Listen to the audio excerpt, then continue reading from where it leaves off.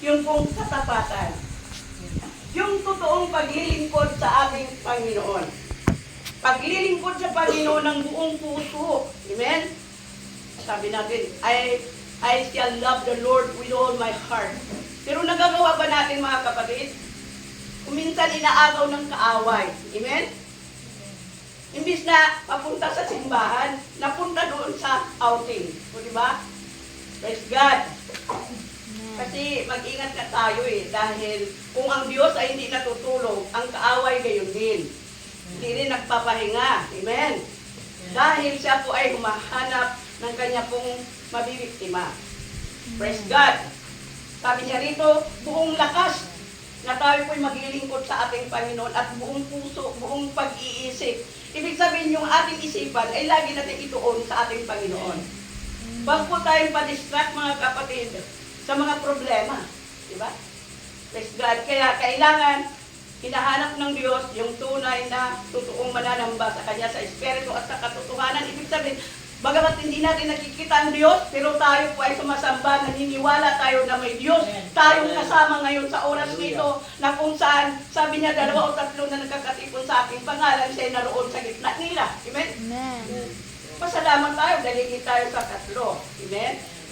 Kaya, kinalulugdan ng Diyos yung pagtitipon ng kanya mga anak. Gaya nito. Praise God. Bagamat kakaunti lang tayo, pero nandito ang presensya ng ating Panginoon. Letter C, sabi niya, ang kailangan daw po na atin din pong tangkilikin sa ating buhay yung pagtitiis. Ito yung pagtitiis, yun ang siyang nagbibigay sakdal ng mga bagay na atin pong ginagawa. Na kahit sa gitna ng mga kahirapan, pagsubok, problema, suliranin, at kalungkutan, ay nananatili pa rin tayo. Amen? Na nagsusumika pa rin tayong mailapit natin ang ating mga sarili para makadalo sa gawain ng ating Panginoon. Hindi naging sagabal o hadlang sa atin yung ulan. Amen? Praise God. Pinagpala tayo ng Diyos. Binigyan niya tayo ng sasakyan para tayo po'y makadalo sa mga gawain ng ating Panginoon na hindi maging hadlang. Praise God. Ang mga anumang hindrances na gawa ng ating panahon. Praise God. Hallelujah. Yun ang dapat natin ilagay sa ating puso't isipan. Yung kailangan magkaroon din po tayo ng pagtitiis. Kasi ang paglilingkod sa Diyos ay pagtitiis. Kasama ito. Di ba? Sacrifice. Kung ang Diyos nag-sacrifice para sa atin, mag-sacrifice din tayo para sa ating Panginoon. Amen? Praise God. At ang pang-apat, ito po yung pagpapatuloy. Ang pagpapatuloy ang siyang conclusion. Siyang nagbigay buhay at kahulugan ng pag-ibig, pagtatapat at pagtitiis. Dahil kung may pag-ibig ka, may pagtatapat at may pagtitiis, kung hindi ka naman nagpapatuloy, ang lahat ng ito ay parang isang panaginip na dumaan lamang sa ating buhay. Amen? Okay. Narito ang ilan sa mga dahilan kung bakit halos 60% na ng mga Kristiyano ang hindi nakapagpapatuloy sa paglilingkod sa Panginoon at sila'y napalayo na sa presensya ng ating Diyos. Totoo, hindi. Sang-ayon ba kayo doon mga kapatid? Praise God, marami na po sa atin ang hindi nakapagpapatuloy sa paglilingkod sa ating Diyos. Bakit? Number 1, trials or sorrow. Pagsubok o ang kalungkutan. Sinabi ng James 1:2-4, kung mayroon po kayong mga banal na aklat, sabi niya rito, mga kapatid ko, ariin ninyong buong kagalakan kung kayo'y manangahulog sa sarisaring tukso. Yamang nalalaman na ang pagsubok sa inyong pananampalataya ay gumagawa ng pagtitiis. At inyong pababayaan na ang pagtitiis ay magkaroon ng sakdal na gawa upang kayo maging sakdal at ganap na walang anumang kakulangan. Praise God. Hallelujah. Ano daw po? Tayo'y tinawag ng Diyos. Sabi niya rito, ang mensahe ng James 1:4 ay nagpapaalala sa atin na hindi dapat tayo malungkot. kapag dumadanas tayo ng sari-saring pagsubok, problema, suliranin, kundi dapat tayo po ay magpapasalamat at magalak sa Panginoon. Bakit? Sabi nila, may problema ka na nga, nagmasaya ka pa. Naging masaya ka pa na may problema ka na. Pero sa ating mga Kristiyano, kapag dumadanas tayo ng pagsubok, ramdam natin na mahal tayo ng ating Panginoon. Amen? Dahil kapag hindi ka na pinakialaman ng Diyos, alam mo na kung sino na ang magpapakialam sa iyo. Amen? Praise God. Sabi niya, sapagkat sa bawat pagsubok natin pong napagtagumpayan, ay pinasasakdal nito ang ating pananampalataya.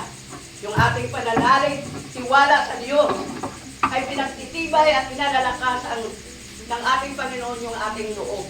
Diba? Sino ang mayroong matinding pagsubok na hindi lumalaban? Yung mahihina ang pundasyon. Amen? Praise God.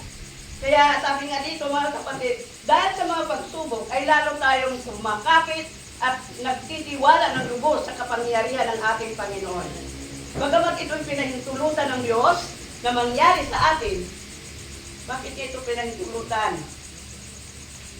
Sabi nga, akala ng iba kung maglingkod na sila sa Diyos, wala na silang kaharapin ng mga problema.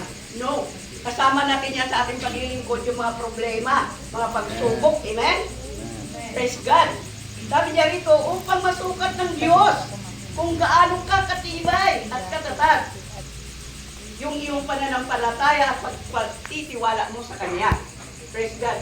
Dahil kung mahina ang iyong pananampalataya sa Diyos, sa Kanyang salita, sa Kanyang sa bawat pangangaral natin po napapakinggan, kung mahina ang iyong pananampalataya, mawawalan ka talaga ng pag-asa. Amen?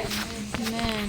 Wala po tayong lalapitan iba, kundi ang ating Panginoong Diyos lamang. Amen. Hindi sa tao o sa may kapangyarihan man dito sa mundo, kundi ang ating pagtitiwala ay dapat po natin itong ilagak sa ating Panginoon. Yeah. Dahil siya po ang makapangyarihan sa lahat ng may kapangyarihan at kaya niyang gawin ang lahat ng bagay sa ikabubuti mo. Amen? Yeah. Sa ikabubuti nating lahat.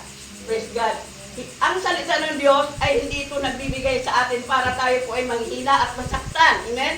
Kung tayo man ay nasasagi kung minsan na pangangaral, atin po munang siyasatin ang ating sarili bago tayo mag-react. Amen? Amen? Praise God. Atin po munang siyasatin yung ating mga sarili kung ano na nga ba ang nangyayari sa ating buhay.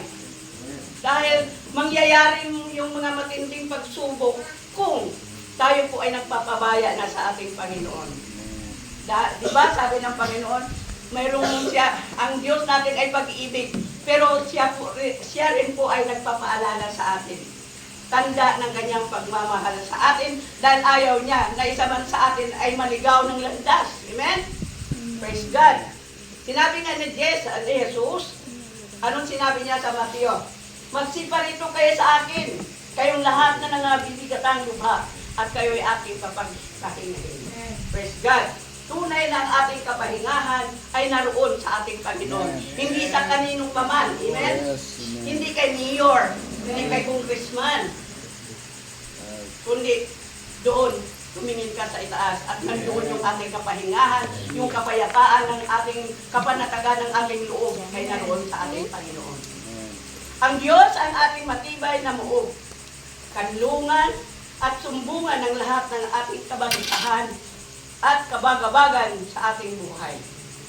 Ang tunay na kalinga, pagmamahal, tagumpay at kapayapaan ay tanging sa ating Diyos lamang natin ito makakamtan. Praise God. Huwag po natin kalilimutan ang pangako ng Panginoon na hindi tayo iiwanang mag-isa, kundi kasama at karakaramay natin siya sa lahat ng oras. Handang tutulong at gagawa ng solusyon sa lahat ng ating mga pangangailangan. Amen? Praise God. Kaya mapalad tayo. Advantage yung naglilingkod sa Panginoon. Dahil mayroon tayong niluluhuran upang doon natin iabot yung ating mga hinanaing, yung ating daing at mga dalangin. Sabi nga, sa tuwing nananalangin ang mga matutuwid, ay dinirinig talaga yan ng ating Panginoon. Kaya magtaka ka na lang na tinubo na pala ng Diyos ang iyong mga hinanaing.